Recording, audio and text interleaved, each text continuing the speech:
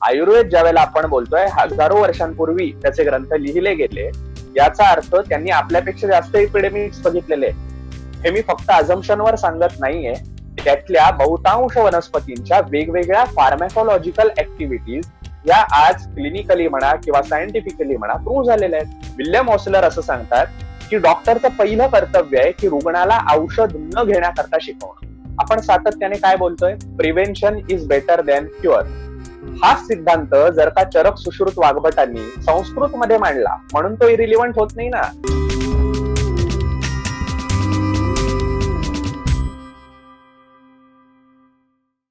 नमस्कार, मी विनायक पाचलत आणि थिंक बँकच्या बिहाइंड द सीन्स मध्ये तुम्हा सगळ्यांचं मनापासून स्वागत.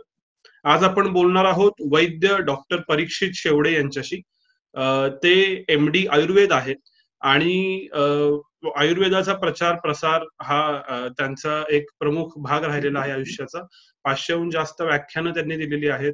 ABP माझा किंवा इतर वृत्तवाहिन्यांवर आपण कित्येकदा त्यांना रात्रीच्या डिबेट्स मध्ये बघितलं असणार आहे वेगवेगळ्या विषयांवरती बोलताना. आज मला त्यांच्याशी बोलण्या पाठीमागं 2-3 कारणं आहेत. आपण गेले काही दिवस कोरोना संबंधित ज्या वेगवेगळ्या मुलाखती करतोय या सगळ्यामध्ये एकूणातच आयुर्वेदाची भूमिका काय याच्याविषयी लोकांच्या मनात प्रश्न आहेत. आपल्या आधीच्या काही मुलाखतीत त्याबद्दल ओझरती चर्चा येऊन गेली, पण थेट आयुर्वेदात काम करणाऱ्या लोकांकडून हे सगळं मला समजून घ्यायचं आहे. आयुष मंत्रालयाचे काही नियम, काही मार्गदर्शक तत्व सुद्धा आलेले आहेत. सो आज मी जे परीक्षित शेवड्यांशी बोलणार आहे ते एकूणातच आयुर्वेदाची जी फ्रॅटर्निटी आहे, ज्याच्यामध्ये वैद्य असतील, त्यांच्यावरती विश्वास ठेवणारे वेगवेगळे सामान्य जन असतील, या सगळ्याचा प्रतिनिधी म्हणून मी त्यांच्याकडे आज बघतोय. परीक्षितजी, माझा पहिला प्रश्न तुम्हाला असा आहे की खरंच कोरोनावरती आयुर्वेदात औषध आहे का? चांगला प्रश्न आहे, पण मजेची गोष्ट अशी आहे की कोरोनात आज कुठल्याही पॅथीकडे औषध आहे का? आपण सगळेजण, सगळीच मेडिकल सायन्सेस आत्ताच्या घडीला एकाच नावेमधून प्रवास करतोय. आत्ताच्या घडीला कोणीच हा दावा करू शकत नाही की आमच्याकडे ह्याच्यावरती औषध आहे. त्याचप्रमाणे आयुर्वेदाची देखील तीच भूमिका आहे की आत्ताला कोरोनामध्ये औषध आहे का याचं स्ट्रेट फॉरवर्ड उत्तर ऍज ऑफ नाव नाही, अशाच पद्धतीने ते दिलं गेलं पाहिजे. मात्र मी म्हंटल तसं की जगातल्या सगळ्या मेडिकल फ्रेटर्निटीज इन्क्लुडिंग मॉडर्न मेडिसिन आत्ताला ह्याच एका स्टँडवरती आहोत आणि प्रत्येक जणांनी त्या बाबतीमध्ये प्रयत्न करणं ही गोष्ट इथून पुढे महत्वाची असणार आहे. आणि तसे मॉडर्न मेडिसिन मध्ये आपल्याला होताना दिसत आहेत सुद्धा. ज्या पद्धतीनं मॉडर्न मेडिसिन मध्ये वेगवेगळ्या क्लिनिकल ट्रायल्स चालू आहेत, त्याच्या बातम्या येत आहेत, 6 महिन्यात व्हॅक्सिन येईल, 8 महिन्यात येईल, 1.5 वर्षात येईल, वगैरे वगैरे वगैरे. 10-12 ठिकाणी ह्युमन ट्रायल्स चालू झाले. या पद्धतीनं आयुर्वेद या संदर्भात काही संशोधन करतंय का की या आजारावर काय उपचार देता येईल आयुर्वेदिक? नक्कीच. आता महत्वाची गोष्ट अशी आहे की ज्या वेळेला हा सगळा भाग चालू झाला, एकंदरीत कोरोनाचा प्रादुर्भाव व्हायला लागला, त्यावेळेला एक महत्वाची गोष्ट अशी झाली की आपल्याकडे केंद्र शासनाद्वारे देखील किंवा राज्य शासनांमध्ये वेगवेगळ्या पद्धतीने एपिडेमिक ऍक्ट हा लागू करण्यात आला. एपिडेमिक ऍक्ट ज्या वेळेला लागू होतो त्यावेळेला आपल्याला माहिती आहे की पूर्वीची जी प्रावधानं असतात ती सगळी बदलतात आणि त्याच्यामध्ये काही एक महत्वाच्या गोष्टी ह्या इम्प्लिमेंट केल्या जातात सेंट्रली सुद्धा. आता आपल्या सगळ्यांना ही कल्पना आहे की हा एपिडेमिक ऍक्ट हा ब्रिटिशांच्या काळातला जो होता तोच एपिडेमिक ऍक्ट हा आतापर्यंत आपल्याकडे होता. स्वाभाविकपणे झालं असं त्याच्यामध्ये की त्यावेळेला ब्रिटिशांनी देखील आयुर्वेदाचा विचारच केलेला नव्हता. तीच गोष्ट आजही तशीच कॅरी फॉरवर्ड झाल्यामुळे, कारण लक्षात घ्या की एपिडेमिक्स किंवा आता तर पॅन्डेमिक आहे, या गोष्टी ह्या सरासरी 100 वर्षातून एकदा होतात असं आपल्याकडचं स्टॅटिस्टिक्स सांगतात. हे बघत असताना स्वाभाविकपणे आपलं त्या दृष्टीचं प्रिपरेशन असण्याचं आधीपासून किंवा तशा कायद्यातल्या तरतुदी असण्याचं अशा पद्धतीची ती आवश्यकता नव्हती. पण यामुळे झालं असं की सुमारे गेला 1 महिना आयुर्वेदाला क्लिनिकल ट्रायल करता कुठल्याही प्रकारच्या परवानगीच मिळाल्या नाहीत. आमच्यासारखे कित्येक वैद्य हे या बाबतीमध्ये सातत्याने अर्ज विनवण्या हे करत होते आणि मग अखेरीस महिन्याभरानंतर जे आयुष मंत्रालयाकडून आणि भारत सरकारकडून एक्स्ट्रॉर्डिनरी गॅझेट निघालं, ज्याच्यामध्ये ही गोष्ट सांगण्यात आली की ठीक आहे, आयुर्वेदाची सुद्धा या बाबतीमध्ये क्लिनिकल ट्रायल मध्ये भूमिका असाव्यात, याच्या दृष्टीने आता प्रयत्न व्हावेत. माझं स्वतःचं क्लिनिकल ट्रायल करताचं असलेलं एक प्रपोजल हे त्याला इनिशियल लेवलला ग्रीन सिग्नल मिळाला.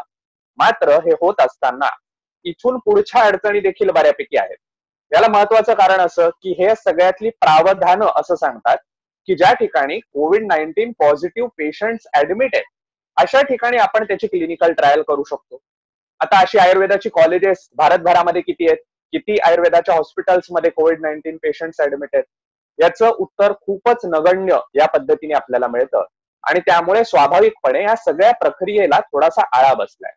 पण तरी सुद्धा अनेक ठिकाणी वेगवेगळ्या प्रकारे क्लिनिकल ट्रायल्स आयुर्वेदामधली देखील चालू झालेली आहे. दिल्लीमधल्याही क्लिनिकल ट्रायल बद्दल कालही आपण ऐकलं असेल की प्रोफेसर डॉक्टर विदुला गुज्जरवार मॅडम त्या बाबतीमध्ये तिथे त्यांनी इनिशिएटिव्ह घेतलंय. आयुषशी संबंधित असलेल्या कित्येक ठिकाणी ही ट्रायल्स चालू झालेली आहेत. आयुषनी एक सेंट्रल टास्क फोर्स COVID-19 करता जी निर्माण केली त्याच्या अंतर्गत देखील काही ट्रायल्स या बाबतीमध्ये चालू झाले. त्यामुळे उशिरा का होईना पण हळूहळू क्लिनिकल ट्रायल्स चालू झालेत. अर्थात यामध्ये प्रचंड मोठा अडथळा हा प्रस्थापितांमुळे देखील निर्माण होतोय, पण त्यातून मार्ग काढत पुढे जाणं अशा पद्धतीने हा सगळा मार्गक्रमण चालू आहे. या सगळ्या बाबतीत सध्या दोन संस्थांची मतं ग्राह्य धरली जातात किंवा दोन संस्थांना आता अनन्यसाधारण महत्व आहे. एक म्हणजे WHO अर्थात वर्ल्ड हेल्थ ऑर्गनायझेशन आणि दुसरी आपल्या देशामधली ICMR. तर या दोघांची आयुर्वेदाबद्दल भूमिका काय? मी कॉन्टेक्स्ट त्याला असा देतोय की अशा वेगवेगळ्या उपचार पद्धती जगभरात आहेत मॉडर्न मेडिसिनला पॅरलल जाणाऱ्या. त्यामुळे जागतिक पातळीवरती पण याचा विचार नक्कीच काहीतरी झाला असणार आहे. WHO आणि ICMR या दोन्ही बद्दल काय सांगतात? बघा, एकतर महत्वाची गोष्ट अशी आहे की WHO हे आपल्याला गाईडलाईन देण्याचं काम करत असतं, ते नियम डिसाईड करत नाही. आणि त्यामुळे आपण ज्या वेळेला बघतो त्यांच्या गाईडलाईनच्या सुरुवातीपासून ह्या बाबतीमध्ये खूप क्लिअर राहिलेल्या आहेत. एका ठिकाणी आपल्याला असंही दिसतं की 30 मार्च 2020 साली त्यांनी जे काढलेलं मीडिया नोटिफिकेशन आहे, ज्याच्यामधलं लेटर आहे ते पूर्ण माझ्याकडे त्याची कॉपी देखील आहे, ज्याच्यात ते स्पष्टपणे असं म्हणतात की आपल्याकडे आत्ताच्या घडीला तूर्त कुठलीही डेफिनेटिव्ह ट्रीटमेंट या बाबतीमध्ये नसल्यामुळे आपण ऑफ लेबल मेडिसिन्सचा यूज करावा, जो वापर हा पेशंटच्या कन्सेंटने केला जावा आणि तिथे तिथले तज्ज्ञ जे आहेत त्यांच्या अंडर त्यांच्या देखरेखीखाली तो व्हावा. आता क्लिनिकल रिसर्चचे काही प्रोटोकॉल्स असतात, काही नॉर्म्स असतात इंटरनॅशनली, ते आपल्याला सॅटिस्फाय करावे लागतात आणि त्याच पद्धतीने पुढे सरकावं लागतं. त्यामुळे WHO ने एकतर कुठे काही अडवणूक केली किंवा कुठे काही त्यांनी नाही म्हटलंय अशातला भाग नाहीये.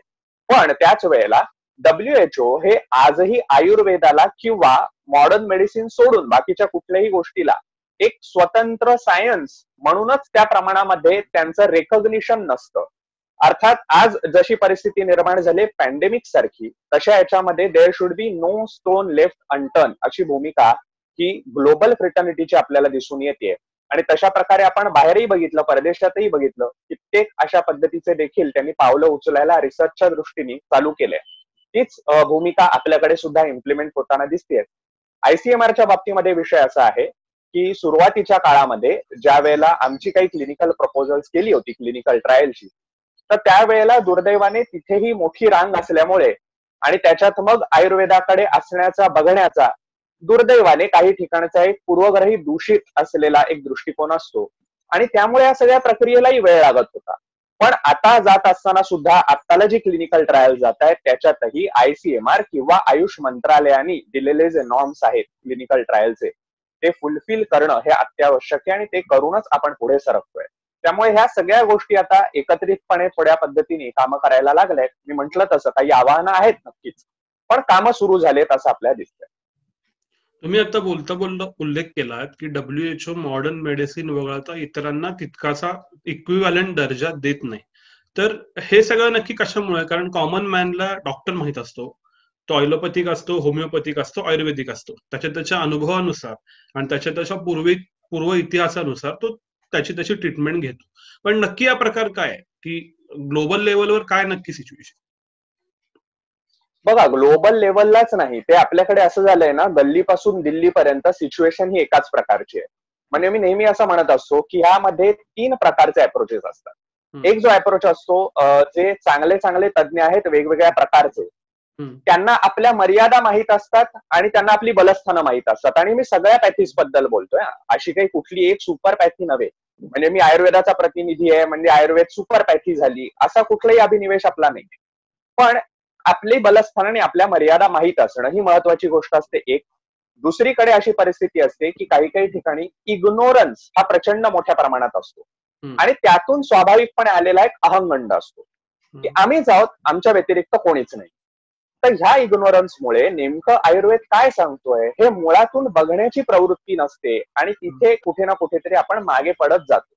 आणि तिसरी आणि महत्वाची असलेली गोष्ट, जागतिक पातळीवरती फार्माची जी लॉबी प्रचंड मोठी आहे आणि त्याची आर्थिक उलाढाल जी प्रचंड मोठी आहे, हे सगळं बघत असताना आता ज्याच्याकडून जास्त बेनिफिट आहे त्याच्याकडे आपण जास्त प्रमाणात वाहवत जावं, अशा पद्धतीचा असलेला तो अप्रोच आहे. आता हळूहळू आपण गेल्या काही वर्षांमध्ये बघितलं असेल तर हाच सर्ज फार्मा कंपन्यांकडून न्यूट्रास्युटिकल्स आणि हर्बल ह्या गोष्टीकडे आलेला आहे. जे अनेक लोक आयुर्वेदच आहे असं समजतात, पण त्या गोष्टी देखील आयुर्वेद नव्हेत, आयुर्वेदापासून पूर्णतः भिन्न आहेत.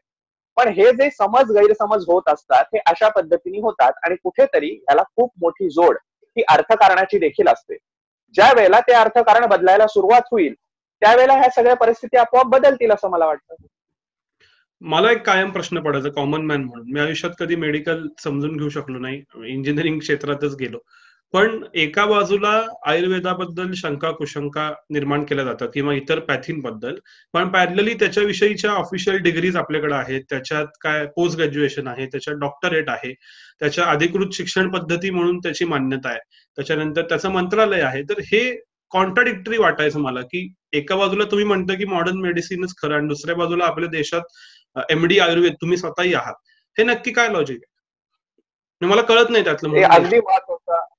अगदी महत्वाचा प्रश्न आहे आणि किंबहुना आत्ताला गेला 1 महिन्याचा जो आपला स्ट्रगल होता त्याच्यामध्ये आयुर्वेदाच्या कित्येक पदवीधरांकडून उद्विग्नपणे अशाच प्रतिक्रिया आल्या की जर तुम्हाला आम्हाला सहभागीच करून घ्यायचं नसेल, विचार करा स्ट्रेंथ किती प्रमाणामध्ये आहे की आज ते जे कोविड योद्धा म्हणून रजिस्ट्रेशन झालंय गव्हर्नमेंटच्या वेबसाईटवर आपल्यासमोर आकडे आहेत की जवळपास 9 लाख हे एमबीबीएस डॉक्टर्स आहेत आणि त्याच्या तुलनेमध्ये जवळपास 8,32,000 काहीतरी हे आयुषचे चिकित्सक आहेत. म्हणजे केवढी मोठी स्ट्रेंथ आहे आपल्याकडे लोकसंख्येच्याही दृष्टीने. मग अशा परिस्थितीमध्ये जर आम्हाला क्लिनिकल ट्रायल मध्ये सहभागच घेता येत नसला तर आमच्या शास्त्राचा उपयोग काय आहे? त्यापेक्षा बंद करून टाका कोर्स. अशा पद्धतीच्या उद्विग्न प्रतिक्रिया सुद्धा आल्या. याला कारणच ते मी सांगितलं तसं की एक माइंडसेट. विचार करा की जर कुठल्या तरी काहीतरी आपल्या म्हणजे ज्याला संस्कृतमध्ये यस्य तस्य तरोर मूलम येन केनापि मिश्रितम यस्मै तस्मै प्रदातव्यम यद्वा तद्वा भविष्यती असं म्हटलं जातं. याचा अर्थ कुठल्या तरी झाडाचं मूळ घ्या, कशाबरोबर तरी त्याचं मिश्रण करा, कोणाला तरी द्या, काहीतरी होईल. अशा पद्धतीचा असलेला अप्रोच जर का असता तर 5.5 वर्ष बीएमएस आणि त्यानंतरची 3 वर्ष एमडी म्हणजे माझ्या स्वतःच्या शिक्षणाकरता जो 8.5 वर्षाचा कालावधी आम्हाला घालावा लागला तो घालण्याची आवश्यकताच नव्हती ना. आपण घरात राहूनच शिकलो असतो आणि 1 वर्षामध्ये आपण सांगितलं असतं की हा चला आता आम्ही आयुर्वेदाची चिकित्सा देतो. तर तसा सोपा तो भाग नाहीये. आयुर्वेदाचे ग्रंथ असतील, त्याच्यामध्ये वेगवेगळ्या प्रकारचे विषय असतील. तर आपल्यापैकी कित्येकांना ही गोष्ट माहीत नसते की एमबीबीएस ला असलेला पॅथॉलॉजी, फार्माकोलॉजी, फिजिओलॉजी, अॅनाटॉमी हे विषय देखील बीएमएस ला शिकावे लागतात, मॉडर्न मेडिसिनचे विषय सुद्धा. आणि त्याच्याच सोबत आयुर्वेदाने चरक, सुश्रुत, वाग्भट, भावप्रकाश, शारंगधर संहिता, भैषज्य रत्नावली इत्यादी इत्यादी जे ग्रंथ आहेत त्यांनी काय काय विचार मांडलेले आहेत हे सगळं देखील शिकावं लागतं. म्हणजे तुलनेमध्ये हा दोन्ही अभ्यास पॅरलली करायचा इतका मोठा वास्ट असलेला हा अभ्यासक्रम आहे आणि मग आयुर्वेदाचे पदवीधर आपल्याला बाहेर पडताना दिसतात. त्यामुळे याचा रिलिव्हन्स हाच आहे, मी सुरुवातीला म्हटलं तसं की कुठेतरी आपल्या शास्त्राकडे झालेला इग्नोरन्स, दुसरं तिसरं काही नाही. आणि जेवढं आपण एखाद्या गोष्टीमध्ये डिटेल उतरायला जातो तेवढं आपल्याला कळतं की त्याची खोली किती आहे आणि ते आता ओपन माइंडेडली करायला पाहिजे असं मला वाटतं. म्हणजे हजारो वर्षापूर्वी ज्या वेगवेगळ्या ग्रंथांमध्ये तुम्ही ज्यांचा आता उल्लेख केला त्याच्यामध्ये जे सांगितलेलं आहे त्या सगळ्या गोष्टी मॉडर्न सायंटिफिक प्रॅक्टिसेसनी तपासल्या आहेत का? बहुतांश गोष्टी याव बघा, एक साधं उदाहरण मी तुम्हाला देतो. आयुर्वेदाचं प्रयोजन काय असं म्हटल्यावरती आमचे ग्रंथ सांगतात स्वस्थस्य स्वास्थ्य रक्षणम आतुरस्य विकार प्रशमनम च. हे पहिलं प्रयोजन. याचा अर्थ काय की जो माणूस हेल्दी आहे त्याचं हेल्थ प्रिझर्व करणं आणि ज्याला विकार झालाच समजा तर त्याच्यातून त्याला बरं करणं. आज ज्या वेळेला मॉडर्न मेडिसिन त्याच्यामध्येही कम्युनिटी मेडिसिन सारखी, सोशल मेडिसिन सारख्या ज्या गोष्टी आहेत किंवा आज ज्या एपिडेमिक करता युजफुल असलेल्या चर्चा होतात, आपण सातत्याने काय बोलतोय? Prevention is better than cure. हाच सिद्धांत जर का चरक, सुश्रुत, वाग्भटांनी संस्कृत मध्ये मांडला म्हणून तो इरिलिव्हंट होत नाही ना. किंवा 1000 वर्षांपूर्वी मांडला म्हणूनही इरिलिव्हंट होत नाही. दुसरं असं की एक स्वाभाविक शंका अशी उपस्थित केली जाते की अरे करोना तर आत्ता आलाय, मग 1000 वर्षांपूर्वीचा आयुर्वेद त्या बाबतीमध्ये काय सांगू शकतो. तर त्याही दृष्टीने एक महत्वाचा भाग मी तुम्हाला सांगतो की जसा मगाशी उल्लेख केला की 100 वर्षांनी एपिडेमिक येतात हे स्टॅटिस्टिक्स सांगतात. आयुर्वेद ज्यावेळेला आपण बोलतोय हजारो वर्षांपूर्वी त्याचे ग्रंथ लिहिले गेले, याचा अर्थ त्यांनी आपल्यापेक्षा जास्त एपिडेमिक्स बघितलेले. हे मी फक्त अझम्पशनवर सांगत नाहीये. आयुर्वेदामध्ये चरक संहितेमध्ये जनोपदोध्वंसनीय अध्याय नावाचा अध्याय येतो, ज्याच्यामध्ये ते एपिडेमिक्स करता वाहिलेला अध्याय आहे आणि एपिडेमिक्सच वर्णन करतात की त्याच्यामध्ये वैद्यांचा अप्रोच कशा पद्धतीने असावा, काय कारण असतात एपिडेमिक्सची. ही सगळी वर्णनं ही आपल्याला त्या अध्यायांमध्ये सापडतात. याचाच अर्थ कुठेतरी हा ज्ञानाचा आजही वापर होऊ शकतो. हा झाला पहिला मुद्दा. दुसरा भाग असा, जसं आपण म्हटलं की सायंटिफिक लेवलला गोष्टी प्रूव्ह झाल्यात का. आज ज्या असंख्य वनस्पती आपण वापरतो आहे त्यातल्या बहुतांश वनस्पतींच्या वेगवेगळ्या फार्मॅकोलॉजिकल ऍक्टिव्हिटीज या आज क्लिनिकली म्हणा किंवा सायंटिफिकली म्हणा प्रूव्ह झालेल्या आहेत. उदाहरणार्थ ह्यातल्या कुठल्या वनस्पतींमध्ये कुठले अल्कलॉइड्स आहेत, काय टॅनिन्स आहेत, त्याची फायटोकेमिस्ट्री काय आहे, त्याचं फार्मॅकोग्नॉस्टी काय आहे, त्याच्या फार्मॅकोलॉजिकल ऍक्शन्स काय आहेत, हे सगळंच मॉडर्न मेडिसिनच्या आधारावर आपण बोलतोय ना. मग त्यात अँटीव्हायरल असतील, अँटीबॅक्टेरियल असतील, अँटीपायरेटिक असतील, ही टर्मिनॉलॉजी तर आयुर्वेदाची नाही, ही सगळी मॉडर्न मेडिसिनची आहे. मग हे सगळं आजच्या भाषेमध्ये सुद्धा आयुर्वेदाच्या वनस्पतींच्या बाबतीत जर होतं तर सिद्धांताच्या बाबतीमध्ये का नाही होणार. त्यामुळे आजही ते तितकेच रिलिव्हंट आहेत आणि आजच्या धर्तीवरती सुद्धा ते तसेच प्रूव्ह देखील होत आहेत. या सगळ्यामध्ये आयुष मंत्रालय नावाचं एक मंत्रालय आता भारतात आहे आणि त्या मंत्रालयानं काही दिवसांपूर्वी एक गाईडलाईन स्वतःची जाहीर केली. कदाचित ती प्रिव्हेन्शनसाठी होती, त्याच्यात काही मुद्दे होते. तर आयुष मंत्रालय म्हणजे नक्की काय आणि आयुष मंत्रालयानं ही जी गाईडलाईन दिली त्याचा नक्की अर्थ काय. अच्छा, दोन्हीच्या बाबतीमध्ये पहिला मुद्दा असा, आयुष मंत्रालय ही पंतप्रधान माननीय नरेंद्र मोदी यांनी स्थापन केलेलं स्वतंत्र मंत्रालय, जी अतिशय महत्वाची घटना होती की भारतीय चिकित्सा शास्त्रांकरता एक स्वतंत्र मंत्रालय असावं. का? कारण ह्याच्या पूर्वी हेल्थ मिनिस्ट्रीच्या अंडरच हे सगळं काही येत होतं आणि मला तर एका पद्धतीने ती दूरदृष्टी वाटते, कारण आत्ताचा जो स्ट्रगल हा 1 महिन्याचा आहे, हा कदाचित 3 महिन्याचा झाला असता आणि तिथपर्यंत कोरोनाची साथ निघून गेली असती. तर एक स्वतंत्र काहीतरी मान्यता असावी या दृष्टीने उचललेलं पाऊल. अर्थात त्या बाबतीमध्येही काही रिझर्वेशन्स आहेत. उदाहरणार्थ याच्या अंतर्गत काय काय येतं तर आयुर्वेद, योग, युनानी, होमिओपॅथी, नॅचरोपॅथी या सगळ्या गोष्टी एकत्र येतात. नीट जर आपण बघितलं सिद्धही त्याच्यामध्ये येतं. तर ह्याच्यापैकी आयुर्वेद, योग आणि सिद्ध या 3च गोष्टी ही भारतीय शास्त्र आहेत. बाकीची शास्त्र ही खरं म्हणजे भारतीय शास्त्र नव्हेत, पण तरी सुद्धा त्यांना एकत्रितपणे एका मंत्रालयामध्ये ठेवलेले हा एक धोरणात्मक निर्णय असू शकतो. आता राहिला विषय जो आपण आपल्या गायडन्स बद्दलचा सांगितला, त्या गाईडलाईन्स ह्या मुळात आयुष मंत्रालयाने स्पष्ट केलंय की आम्ही कोविड-19 वरचे उपचार म्हणून सांगत नाही आहोत, आम्ही जनरल इम्युनिटी वाढवण्याकरता म्हणून त्या गाईडलाईन्स दिलेल्या आहेत. जवळपास 11 गाईडलाईन्स त्या आहेत आणि आमच्यासारख्या महाराष्ट्रातल्या काही वैद्यांनी एकत्रित येऊन त्या बाबतीमध्ये सर्वे देखील हातात घेतलाय. त्या सर्वेचा टाइम पिरियड कंप्लीट झाला की नंतर आपल्याला त्याचे देखील सायंटिफिक जर्नलमध्ये त्याचे जे काही रिझल्ट होते तेही पब्लिश करायचे, कारण आपल्याला पूर्ण एव्हिडन्स बेस पुढे सरकणं ही अतिशय महत्वाची गोष्ट आहे. जसं माननीय पंतप्रधानांनी काल परवा त्यांच्या मन की बात मध्येही सांगितलं की वैद्यांचा अप्रोच हा त्याच पद्धतीने आता आहे की आपण सायंटिफिक वे वरती पुढे जातोय. त्यामुळे ह्या गाईडलाईन्सचा आत्ताला घराघरांमध्ये वापर होऊ शकतो आणि अगदी सोप्या सोप्या असलेल्या गोष्टी येतो, आपल्या स्वयंपाकघरामध्ये उपलब्ध आहेत अशा गोष्टी आहेत. त्यामुळे त्याचा वापर हा निश्चितपणे आत्ताच्या काळामध्ये केला जाऊ शकतो. हे जे आपण सगळं बोललो ते धोरणांबद्दल, देश, राज्य वगैरे किंवा पॅथींचा काय एकमेकांविरुद्ध असणारा जो काही आहे एकमेकांशी रिलेशन याच्याविषयी बोललो. आता आपण कॉमन मॅनच्या पातळीवर येऊया. कॉमन मॅनला अशा गाईडलाईन्स किती मिळतात थेट, किती लोकांचा थेट संपर्क असतो, किती जण क्युरियस असतात की जे जाऊन बघतात, हा वेगळ्या संशोधनाचा विषय. पण या सगळ्यामध्ये एक नवीन युनिव्हर्सिटी जन्माला आली, ती म्हणजे व्हॉट्सअप युनिव्हर्सिटी. आणि या व्हॉट्सअपवरती जसा कोरोना आला तशा असंख्य उपचार पद्धती, असंख्य गोष्टी या व्हायरल होतात आणि त्याच्यात काही आहे म्हणजे त्याच्यात एका एक्स्ट्रीम पासून दुसऱ्या एक्स्ट्रीम पर्यंत सगळ्या पॅथीच्या सगळ्या गोष्टी आहेत आणि सामान्य माणूस त्यामुळे असा कन्फ्युज होतो की नक्की यातलं खरं काय आणि खोटं काय. तर हे जे हा जो सगळा एकूणच आता एक प्रसंग व्हॉट्सअपमुळे उभा राहिलाय किंवा ओव्हरऑल सोशल मीडियामुळे उभा राहिलाय, त्याच्याबद्दल तुम्ही काय सांगा? अहो, ह्याच्याबद्दल सातत्याने माझ्यासारखे वैद्य हे ह्याच्या आधीपासून सांगतायत. म्हणजे सोशल मीडियावरती जे मी लिखाण करणं, व्हिडिओज घालणं ह्या गोष्टी करतो, ह्याच्या मागचं प्रमुख कारणच हे आहे की आपल्याकडे काय झालंय माहितीये का, आपण हिअर अँड सेवर चालत असतो. मग कोणतरी येतो आणि म्हणतो आयुर्वेद म्हणाला की, असं म्हणून आयुर्वेदाच्या नावावरती पावती फाडून जातो. आणि बऱ्याचदा लोकांना वाटतं असू दे ना, ह्याने फायदा नाही झाला तर तोटा तर नाही होणार. पण ही मानसिकता ही कुठेतरी चुकीची आहे. त्यामुळे आपल्याला निश्चितपणे ह्या बाबतीत आयुर्वेद काय सांगतोय हे त्यातल्या तज्ञांकडून जाणून घेणं हे महत्वाचं असतं. आता याच दृष्टीने ज्या वेळेला आमच्यासारखे वैद्य हे सोशल मीडियावरती अस्तित्व का ठेवतात, त्याच्या मागचं कारण तेच आहे की कुठून तरी नाहीतर हे गैरसमज वाढत जातील. मला आठवतंय की सुरुवातीच्या काळामध्ये बहुतांश मीडियाचे जे न्यूज चॅनल्स असतील, वर्तमानपत्र असतील, त्यांचे केवळ एकाच गोष्टी करता मला कॉल येत होते की डॉक्टर गोमूत्राचा उपयोग होतो का कोरोनावर. कारण तुम्ही म्हणालात तसं ते आलं होतं व्हॉट्सअप युनिव्हर्सिटीत. प्रत्यक्षात कोणीही आयुर्वेदाचा वैद्य तशा पद्धतीने सांगत नव्हता.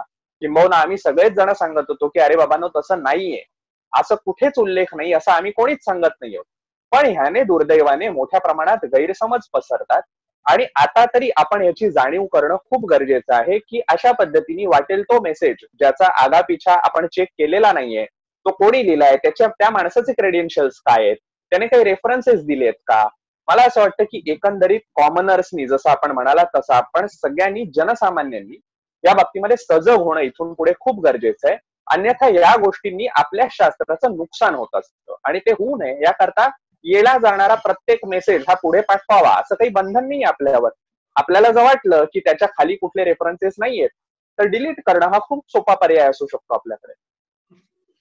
नाही, पण याच्यामध्ये गंमत अशी होती की कित्येकांना यातले मेडिकल रेफरन्सेस माहित नसतात. म्हणजे कशाला काय म्हणतात, कुठली वनस्पती, कुठली औषधी, आणि त्यामुळे जास्त कन्फ्युजन होतं. तर ओळखायचं कसं की खरं आहे का खोटं आहे? प्रत्येकाला काही तुमचा ऍक्सेस नाही किंवा प्रत्येकाला युट्यूबवर जाणं शक्य नाही. बरोबर आहे ना, म्हणून मी सांगितलं की आपल्याला शहाण्या माणसाने काय करावं, तर असा कुठलाही मेसेज आला तर त्याच्या खाली कोणाचं नाव लिहिलंय का, कोणी त्याची रिस्पॉन्सिबिलिटी घेतय का. कित्येक जण मी तुम्हाला सांगतो या बाबतीत इतके सजग असतात की दिलेल्या संपर्क क्रमांकावर कॉल करून विचारतात सुद्धा बरं का. कारण आपल्याला माहिती आहे आपल्याकडे एक नवीन सर्च त्या बाबतीमध्ये असंही आलेलं आहे की नांगरे पाटील, पाटेकर आणि आमटे असं म्हणून फक्त नावं द्यायची आणि स्वतःच्या मनातलं काहीतरी घालून द्यायचं. तर त्यामुळे ह्या गोष्टींना अंत नसतो. सोशल मीडियाचे जसे फायदे आहेत तसे तोटेही आहे. पण एक थोडीशी ही सजगता जर का पाळली, कुठलाही वैद्य ज्या वेळेला लिहितोय त्यावेळेला तो आपली जबाबदारी तिथे ठेवण्याकरता स्वतःचं नाव नमूद करतोय. जर तशा पद्धतीची कोणाची नावं नसतील तर असे मेसेजेस हे पुढे फॉरवर्ड न करणं हा सोपा मार्ग त्याच्यातला असू शकतो.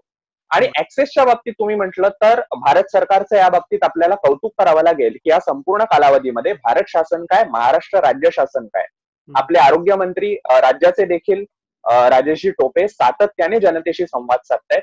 किंवा आयुष मंत्रालयाच्या बाबतीतही जेवढे मार्ग मीडियाचे ओपन आहेत त्यामार्फत हे सगळे उपाय जे आहेत रोगप्रतिकारक शक्तीचे हे सातत्याने समोर ठेवले जात आहेत. आता आपण गव्हर्नमेंटचे जे सोर्सेस आहेत त्याच्यावर जास्तीत जास्त लक्ष देऊन या सगळ्या गोष्टी विशेष करून अशा कालावधीमध्ये करणं ही अतिशय महत्वाची असलेली गोष्ट आहे. शेवटच्या टप्प्याकडे येताना मला तुम्हाला दोन महत्वाच्या गोष्टी विचारायच्या आहेत. एक, आयुर्वेदात जेनेरिक समाजाला काही सांगता येईल अशा बेसिक मेजर्स आहेत का, म्हणजे जे आमचे व्ह्युअर्स बघतात त्यांच्यासाठी, का प्रत्येकाच्या व्यक्ती प्रवृत्तीनुसार तपासूनच आयुर्वेदाच्या सुद्धा प्रिकॉशनरी गोष्टी घ्यायला हव्यात? पहिला मुद्दा. आणि जर का जेनेरिक काही असतील की बाबा ह्या गोष्टी या जेनेरिक होऊ शकतात तर त्या आम्हाला समजून घ्यायला आवडतील. एक अतिशय महत्वाचा मुद्दा तुम्ही विचारलाय. त्याच्यामध्ये कसं आहे की हो, ही गोष्ट खरी आहे की व्यक्तीनुसार आयुर्वेदाच्या असलेल्या ज्या ट्रीटमेंट्स असतात त्या बदलत असतात. मग त्याची प्रकृती असेल, काल असेल, बल असेल, देश असेल, इत्यादी वेगवेगळे फॅक्टर्स असतात.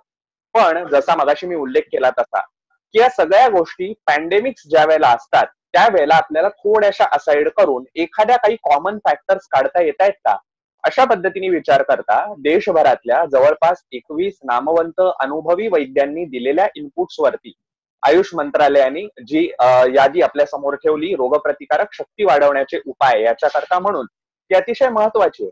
आणि सोपे सोपे असलेले उपाय आहेत की ज्याच्यामध्ये आपण रोज नियमितपणे गरम पाणी प्या असं सांगितलेलं आहे. आपण आपला आहार व्यवस्थित ठेवा.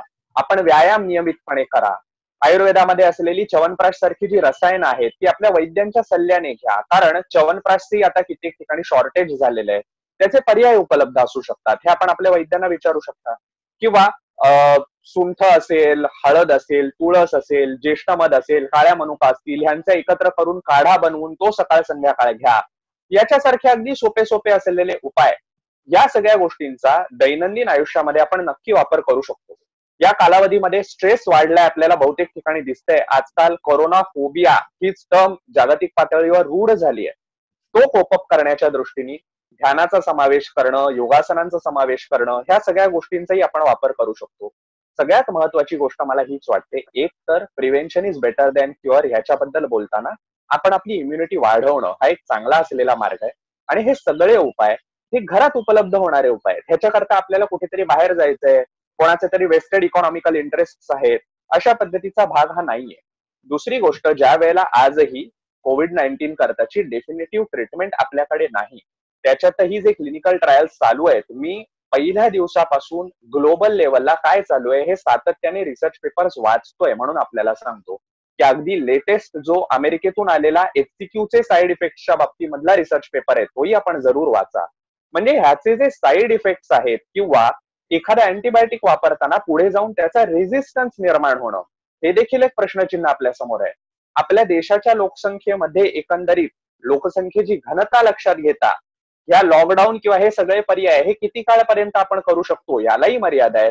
अशा परिस्थितीमध्ये आपल्याकडचा साधा सोपा उपाय हा आहे की आपण स्वतःचं आरोग्य व्यवस्थित राखण्याकरता आणि इम्युनिटी वाढवण्याकरता आयुर्वेदाची बेसिक दिनचर्येची, आहाराची, व्यायामाची तत्व ही आपल्या आयुष्यामध्ये अंगीकारावीत.